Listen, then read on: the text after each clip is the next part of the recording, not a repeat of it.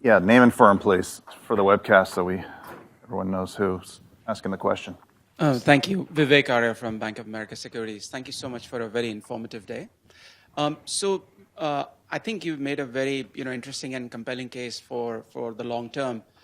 My questions are unfortunately more about the short and medium term, given what we are seeing in the market. So first thing is, what is your baseline assumption of WFE for this and next year? And let's say if we do go into a downturn, what is the maintenance WFE? What is the minimum that you think your customers are going to spend on process control?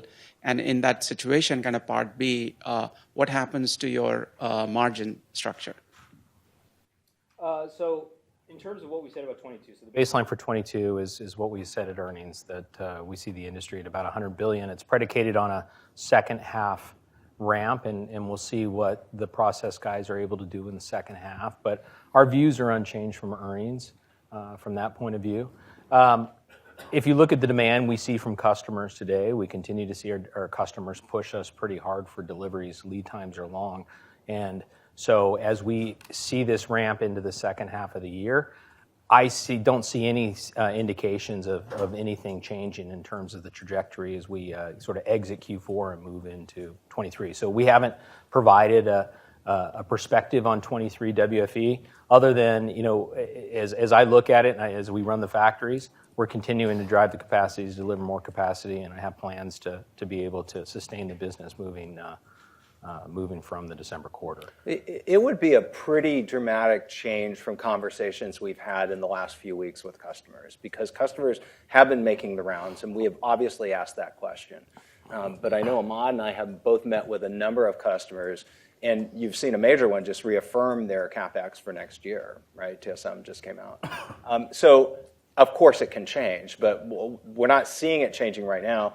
I think when you get to the what would happen if it does, obviously the resiliency of the model, we feel pretty good about where we are in our operating margin. So you could imagine that we could absorb quite a reduction.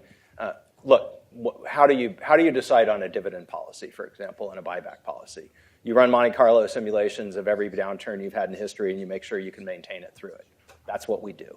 I mean, we're a pretty analytical group, and so when we go this in front of the board and we map this out, we say, what are the dynamics? What's it been? If you ran it through, can you support that dividend? Because our view is dividends are only valued by investors if they grow and if they're maintained, not if they're optional. So that's how we go and do that. And we talked about the service business essentially funds the dividend, right? And the debt structure is not that expensive right now, right?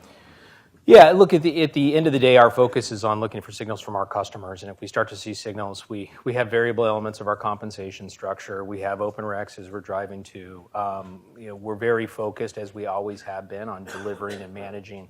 Yeah, our balance sheet, our profitability enables us to invest in our roadmaps to make sure that we're in position to continue to achieve the growth objectives and gain share as we're moving through. And historically, it's, you look at the investments we're making in supply chain and all that, I feel very good about, look, there's always near-term sort of excess demand or excess or no demand type of exposure. But over the long run, if you look at prior downturns, even in 2009, we brought every inventory reserve we took to the P&L within 2 years. So I think that making sure we're making the investments to support our strong, our view of growth structurally, we're going to continue to do. The operating model is about managing through the environment. There's a number of operating processes there, and so we'll react as we need to react, balancing sort of near term with our longer term objectives. Got it. And if I could just squeeze in a quick follow-up. Rick, if you go back to your 2019 analyst day, you had expectations of share gains. How did they play out, and what specific areas did they play out? And which are the areas do you think that are ripe for share gains from here? And are there areas where you think the business might be actually subject to movements on the other side as well? Sure. I think we had an expectation. I'll let Ahmad talk to it since he follows it very closely. We had an expectation that optical inspection, based on our positioning with Gen 5, was going to gain. We actually exceeded the model that we had or that we committed there.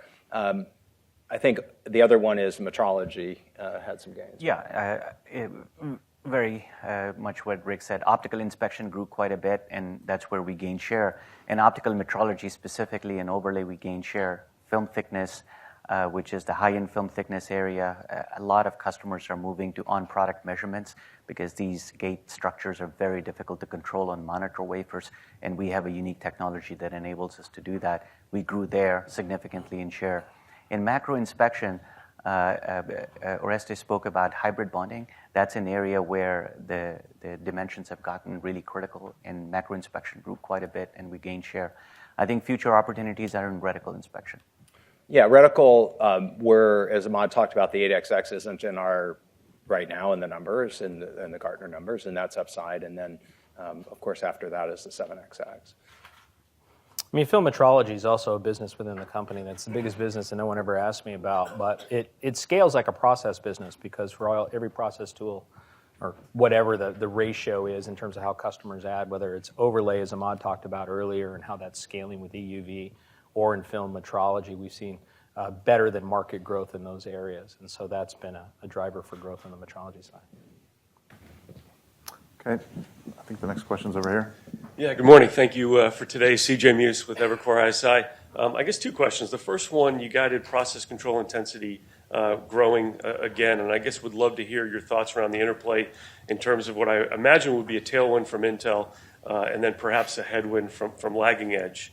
And then the second question is around reticle inspection for EUV, and I think you highlighted greater than 85% market share to date, and I guess would love to hear your thoughts on specifically 3 nanometer, and then as your confidence in terms of having your tool available for the insertion with high-NA EUV.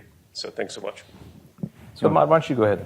Yeah, I think on the first question, I won't name customers, but process control intensity in logic is increasing, and one of the reasons for that increase in intensity is because with EUV introduction and with smaller process designs, the process margins are getting smaller and smaller. And for that reason, we have seen optical inspection grow significantly in logic. It has always grown in foundry, but it is now significantly growing in logic. So we see that. The second part of your question related to 85%. So 85% is the overall layer share, meaning those are the total number of layers that are getting inspected on KLA. When I talked about share, I said two things. One of them has to do with the established market. It's established market, our share is close to 70%, which is primarily in the mask shop and wafer fab, including print check. And then as you go into the wafer fab, we have good share today because mask pelliclization is not implemented. And as mask pelliclization comes in and pitches get reduced, we will have our 8XX system and 7XX system that comes out, and that drives share.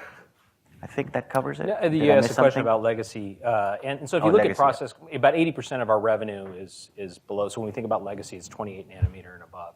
Right? And process control intensity tends to be more like memory in the legacy markets for KLA, which I'll call it sort of 10-ish%. And of course, that includes a lot of activity that's happening in native China also.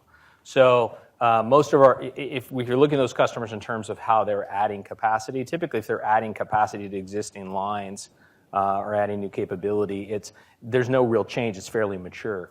There's no real change in terms of process control intensity. If it's like in automotive, for example, where you're seeing reliability requirements change, you can see a change in behavior from customers. So a lot of these customers have sort of talked about the ability to not be able to rely on foundry for excess capacity and the need to insource a lot of that. They were able to leverage the used market in a lot of cases. And so all that is not available anymore. And so the conversations with those customers is that it's a different CapEx pattern moving forward, but it really would require a change in what they're doing or product specifications for our customers to behave in a fundamentally different way. And as I said, it's probably 80% or so of our business tends to be the leading edge. So, and process control intensity is very different, even in mature logic foundry, which is not in the mid-teens like it is at leading edge.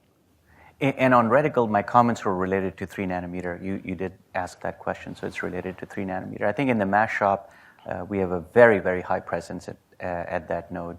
And really, it's because, as I talked about earlier, the pitch reduction is not that severe for our optical inspection systems, and we can cover most of the reticles, probably around 90 to 95%. And whatever that's left over, 1 or 2 critical layers can go to 8XX system. You do see in the marketplace there is some initial investment on actinic inspection, and that's the reason I had put that 200 to 600.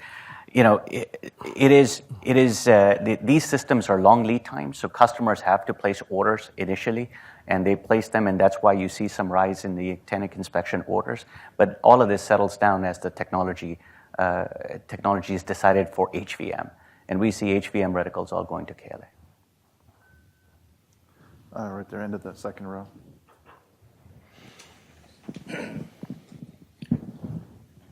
Harlan Sur, JP Morgan. Thanks for hosting this event. Ahmad, you talked about some of the big inflections that are coming up. You specifically talked about the move to gate all around.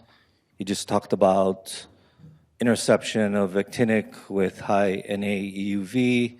The one inflection that you had on your presentation, but you didn't really touch upon, is the move to backside power distribution, lower interconnect resistance, smaller cell size.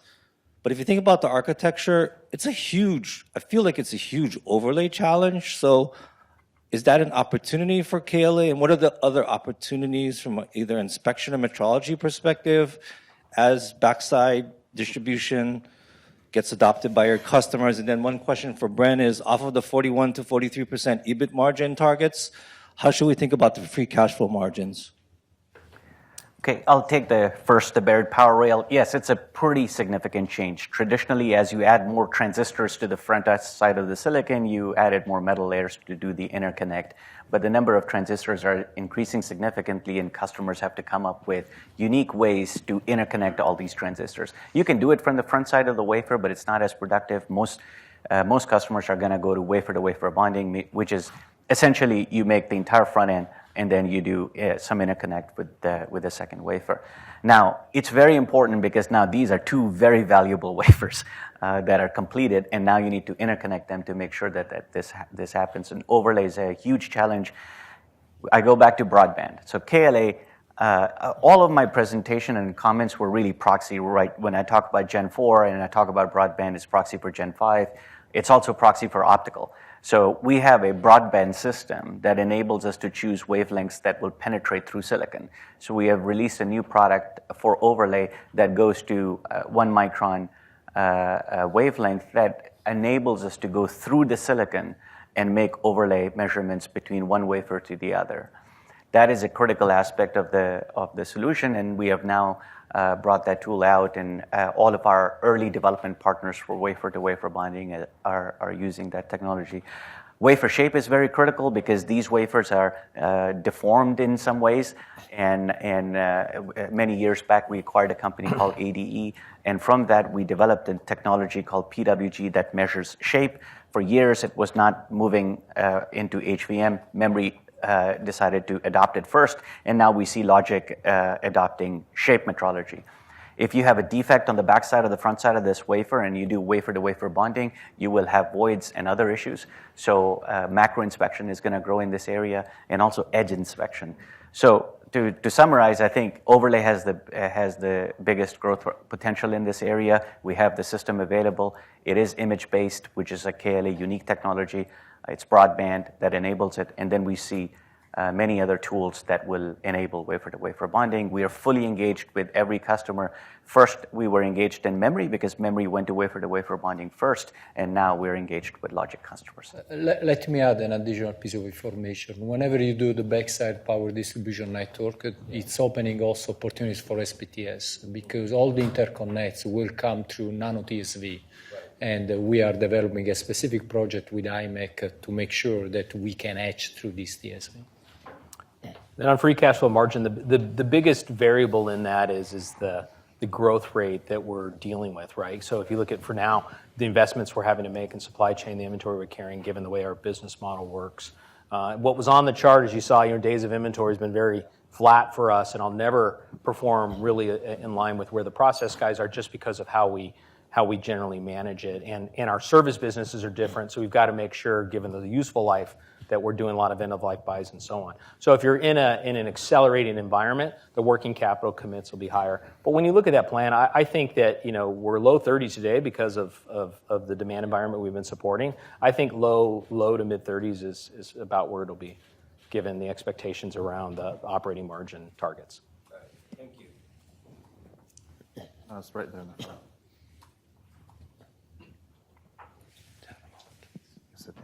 Thanks. Sidney Ho with Deutsche Bank. Question on the remaining performance obligation. I know you didn't talk about today, but it has expanded substantially over to $10 billion. And that also seems to be a significant chunk tied to shipment beyond 12 months. So my question is, do you think this RPO is sustainable once these supply shortages go away? In other words, are you seeing customer behavior changing in terms of how they work with you and how they order with you in the context of what you guys talk about today? Yes, I'll let Ahmad take the question about just the customer engagement. He runs our sales organization focused on this part of the business. But as we said at earnings, you're right. It has accelerated, and given the lead times now, it's over $10 billion. And I said at earnings that I thought that we'd continue to see growth. That demand would outpace supply, or book to bill would be greater than 1 through the year. So I don't see it changing in the near term. In terms of where customer demand is, and haven't seen any fluctuation within it. Most of the fluctuation would come generally from us in terms of our ability to deliver, given some of the dynamics I talked about earlier.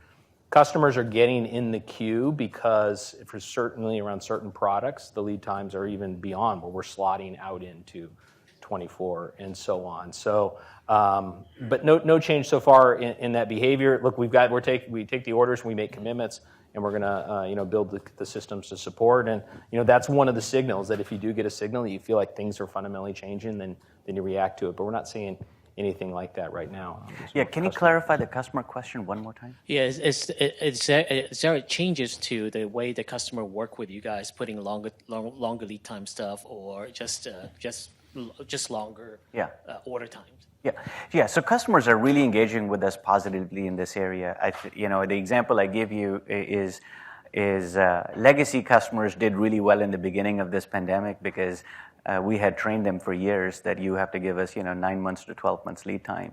And when lead time started to get longer and longer, we clearly saw that customers that gave us long lead times benefited. Now everybody, top 5 customers, clearly understand that you need to provide forecasting till 2023, 24, in some cases 25. So I'm really reacting to the earlier question also, and Rick attends some of the meetings with me, and then I write passionate emails afterwards about how good the meeting was, which is all about when are you going to get my systems delivered as soon as possible, because they want them. And while we have done really well from an operations perspective and ramped up, there is no slowdown from our customers demanding those systems. But to your specific question, I would say the top 5 customers have stepped back and realized that giving same year, same month order and PO and delivery is not going to work. So we're working with them to have a very good understanding on their near-term, mid-term, and long-term needs for systems. I'll give you one story specifically related to next-generation inspection system. So here, we haven't developed a system completely yet. The node is not fully developed yet, and the customer and KLA needs to make a decision on how we are going to ramp the product. So we both have come up with methods by which we're going to agree to specifications that we will take mutually risks on, but we believe we'll be able to ramp. This is the second node we're going to do this with the customer. The first node, we agreed to some very simpler specs, and then we decided we're going to take the risk and ramp the product. We did really well. Of course, we always are improving, and that's part of our customer collaboration culture. Just because you agreed to this and we agreed to this, we're not going to leave each other high and dry, and we close it. And now we're doing it for the second generation systems.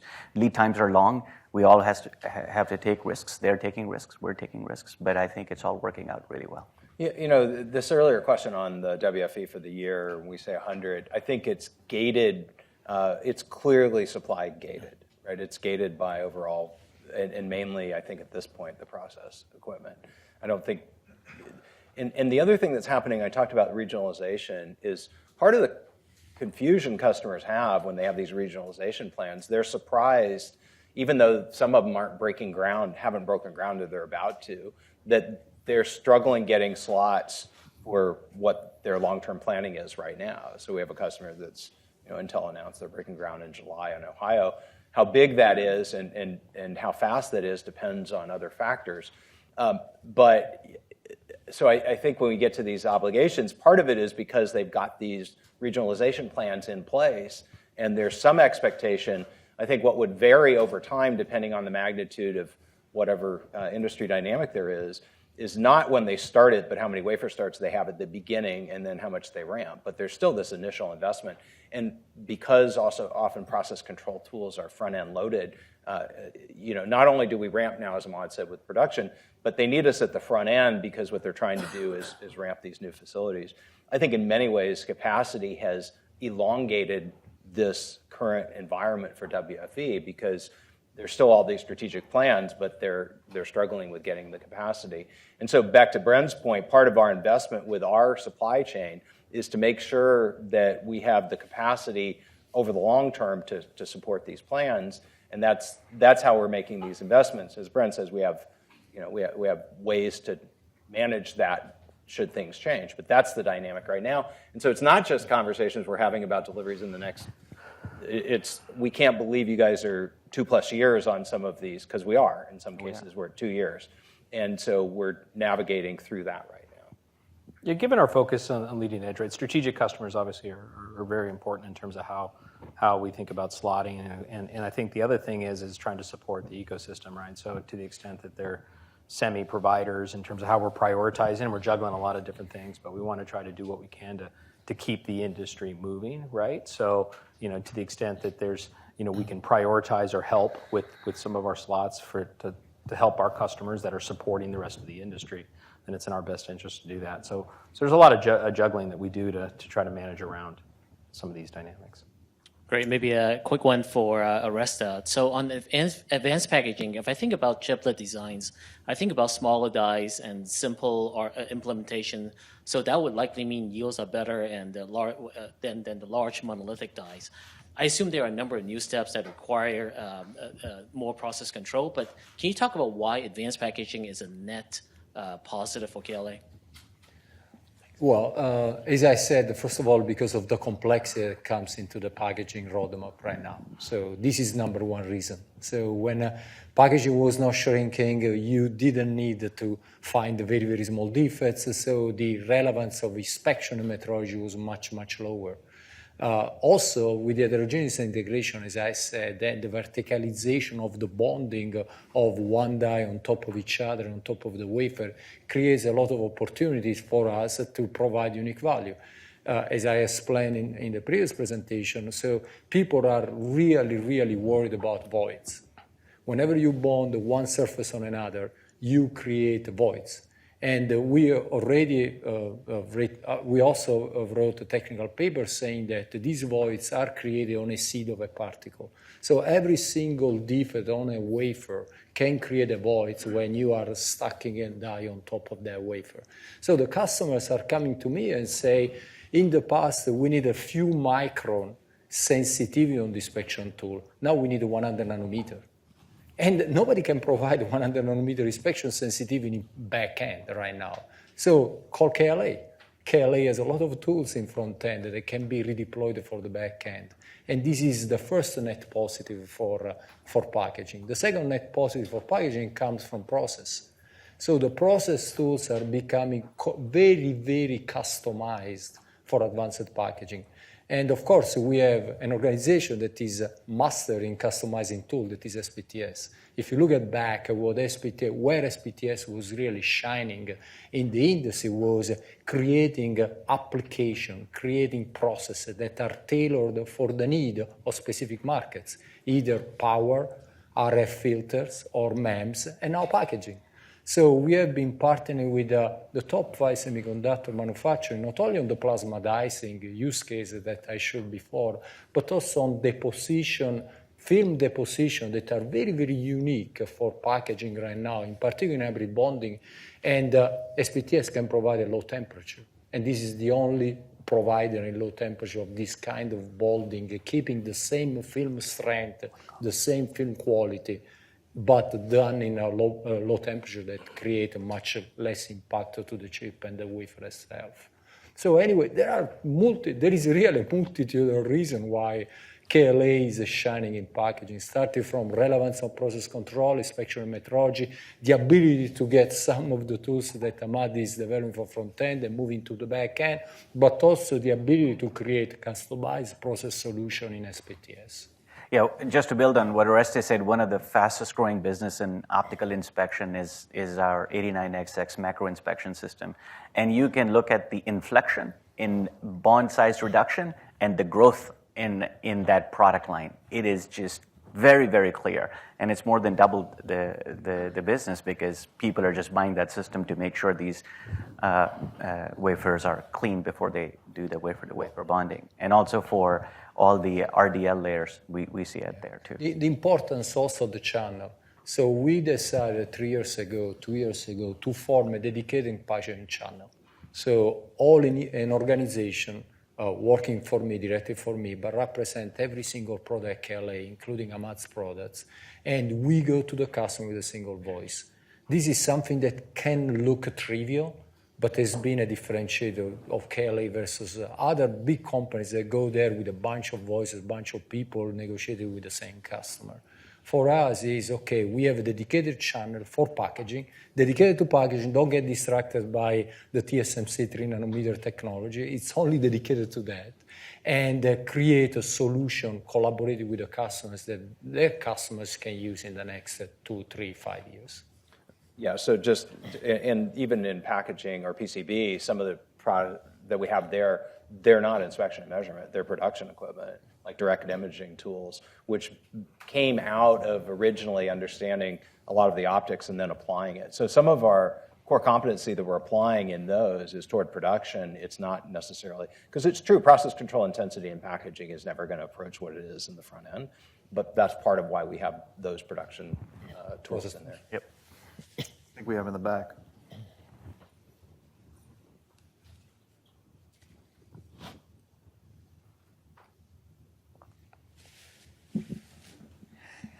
Hi, it's Krish Sankar from Cowen & Company. I had two questions, both product related. First for Ahmad, you mentioned the term broadband a couple of times. Your competition also has a broadband product. Arguably, it's more bright field or gray field optics. So I'm kind of curious how you differentiate with them. And along the path, you have a strong in optical inspection. They're strong in E-beam review.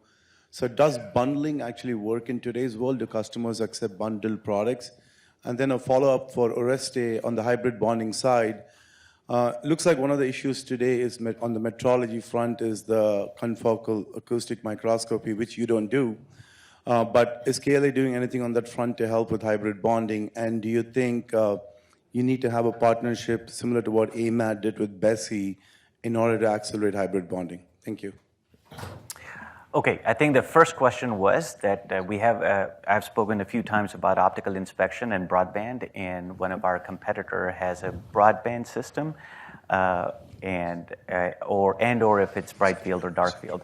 So I'm not aware of that. If you can elaborate which competitor you're speaking about, my understanding is that the competitor that you're outlining makes a laser-based system.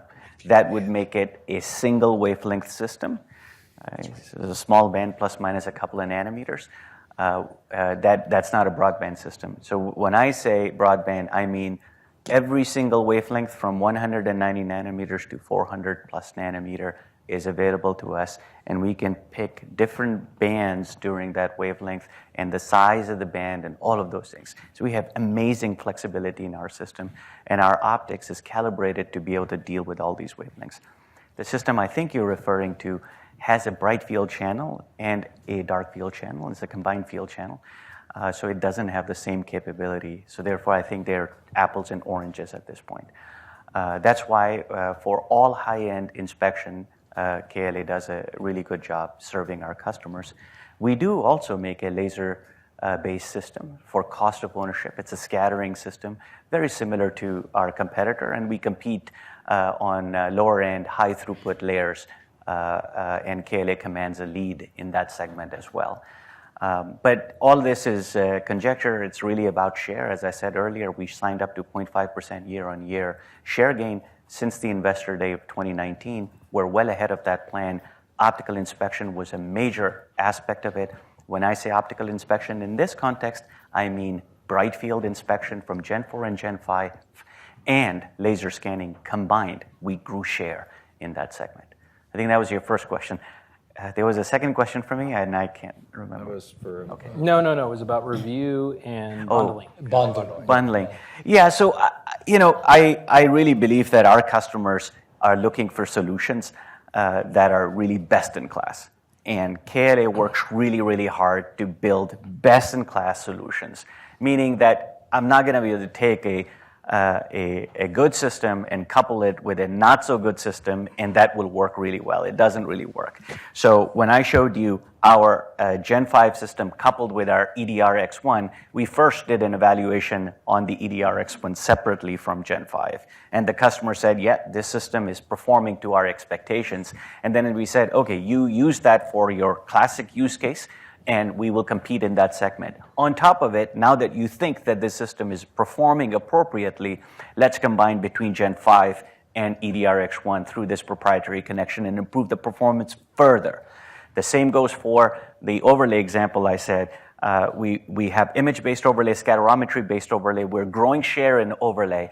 The number of measurements are going up significantly. Then we go to our logic partner in this case, because it was Intel and the SPIE paper was written, so it's public. And they did this evaluation with us over 4 years. We started the development of the tool with a really old electron beam system. After that, we brought in our first generation system, second generation system, and then that system had to perform to the best of its ability, and then we found ways to combine the two. So I think that's the best way to do things, is to build the best systems and then differentiate them. Yeah, regarding the scanning acoustic microscope, that is a technology that can be used to find voids in a fully bonded packaging. We are not investing in this kind of technology, and the reason is it's extremely slow, it cannot scale to production, it's extremely unreliable too. And actually, in the last couple of years, also our customers are redirecting the focus on, as I said, finding the defects at the source, finding the small particle seed on top of the wafer, drive the sensitivity down of these inspection tools, instead of buying a tool that is not usable for production and is not reliable. I can find one void in a very, very small area of the wafer. So that's the reason why, instead of developing a scanning acoustic microscope to find the voids, we are providing the customer with the inspection sensitivity they need to avoid these voids at the source. That is finding the defects that eventually can create the voids. There is a technical paper that says one void can be like more than 20x the dimension, but even 100x the dimension of a small defect. The small defect is what today the customer cares about it. So, and that's the reason why we are developing this solution for providing the sensitivity they need to find these defects at the source. Mike's over there. Yeah.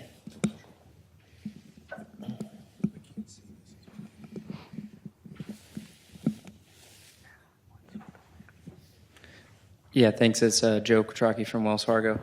I wanted to kind of double click on the phenomenon that we've seen in terms of the lack of tool reuse at the leading edge. How do you think about that? Does that continue into as part of your 2026 model? And then, if it does, how do you think about the profile of the business maybe changing in terms of, does leading edge versus trailing edge, maybe does that mix change over time?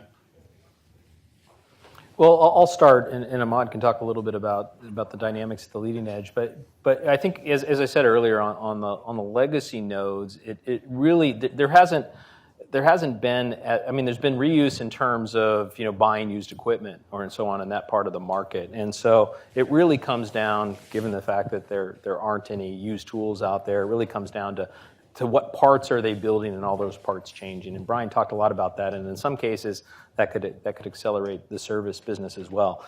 I think it was something that if you just go back and look at the design starts and then how does that translate into wafer starts.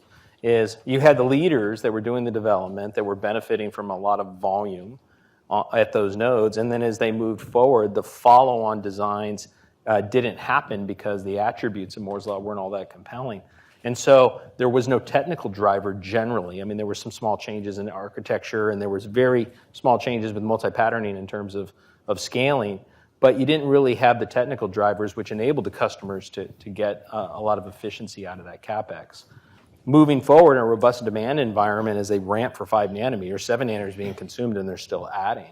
And you also have a technical driver with EUV adding this technical requirement above and beyond the capacity requirement. So as long as we have a robust environment, I think it'll be good for the business from a process control intensity point of view. And the technical drivers are increasing to a lot of the inflections that Ahmad talked about. Yeah, I think Brent covered it really well. The way I really think about it is that complexity in HVM has gone up significantly.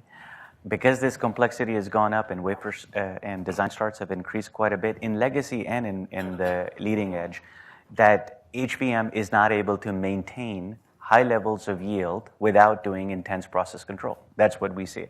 And we see it in our strat plan process guided us that this is going to happen in the automotive and legacy nodes.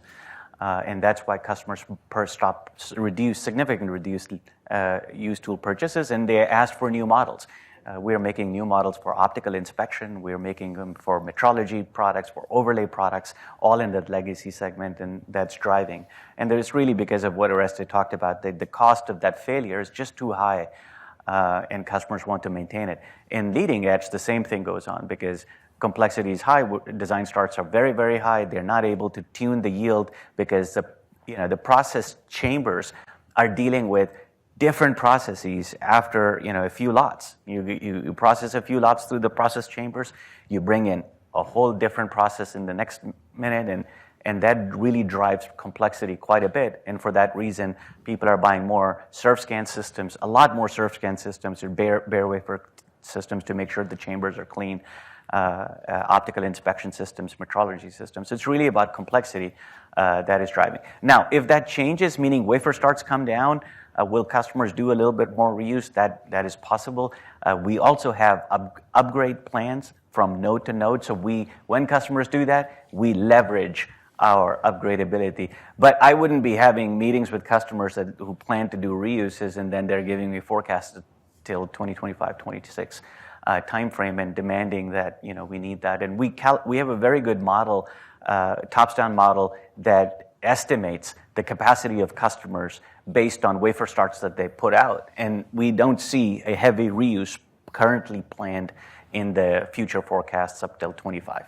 So if you go back in time, there was one main customer that probably drove the most reuse, and it was a lower level than what we saw more recently. And that was because they were driving microprocessor technology. They'd finish with one node and go to the next. And so they would try to reuse a fair amount of the capital. And then we saw it at foundries during this period where there was no scaling happening. And so that was actually the heaviest period of reuse for us. And that has kind of gone away as scaling has resumed. I actually think the folks that drove the microprocessor roadmap with reuse won't be doing that either. So I think there's likely to be less going forward than historically there was. But it was really this period that we showed on that curve where it was flat, where you're going literally one technology for one phone to the next phone to the next phone, and that was where the reuse was, and that's kind of already diminished. Yeah, my comment on legacy nodes was status quo design rules, right? To the extent you have migration of design rule to more advanced design rules, then to Ahmad's point, it creates some of those complexity dynamics. And you are seeing more of that in the leading edge today, or the lagging edge today in those legacy markets. So it depends. If it's status quo, less so. If they're migrating design rules, then more so in terms of the benefit we would see. Okay, so while you get the microphone back, we're going to have time for one more question here on the webcast before we break for lunch. And then, of course, we can continue this Q&A at lunch for those that are here. You have the microphone? Right in the... Oh, okay, I guess come back there. Hi, I wonder if you could talk to export controls a little bit. Both, do you anticipate the sort of surgical entity list actions that we've seen in the past? Do you think there could be broader export controls that affect your shipments in China? And I guess, do you have a voice in this? Are you? I know some of your device customers are lobbying heavily for some of these things. You know, do you guys have efforts to be part of that conversation? Of course, we're in conversations, and I think the primary focus, as stated by Commerce and I think DoD, has been around advanced nodes, and that's a very small part of our business for that region. And Brent has quantified that before, and we've not had that for some period of time. In terms of will there be additional ones, there's different conversations, but our assumption is that we'll be able to continue to support customers at the nodes that are above 14 nanometers, which is similar in what there is in terms of the memory markets. The concern is more about foundry and logic than memory. And so, we don't view that as being a major factor. We are in conversations about that, and we'll continue to, of course, give our perspective and, work with the appropriate entities for that. Yeah, and all the demand, virtually all the demand we have is considerably above that design rule. So not an issue with the current the business levels. Okay, great. So thank you, everybody, for being here. We're going to conclude the webcast now. I'd ask that you take your belongings when you guys go to lunch, just because I know that they may be changing this room up, and so I don't want anybody to have anything misplaced. Management will be joining you shortly, and you'll see once you're out there, everything should be organized, and we'll see you in a moment. Thank you.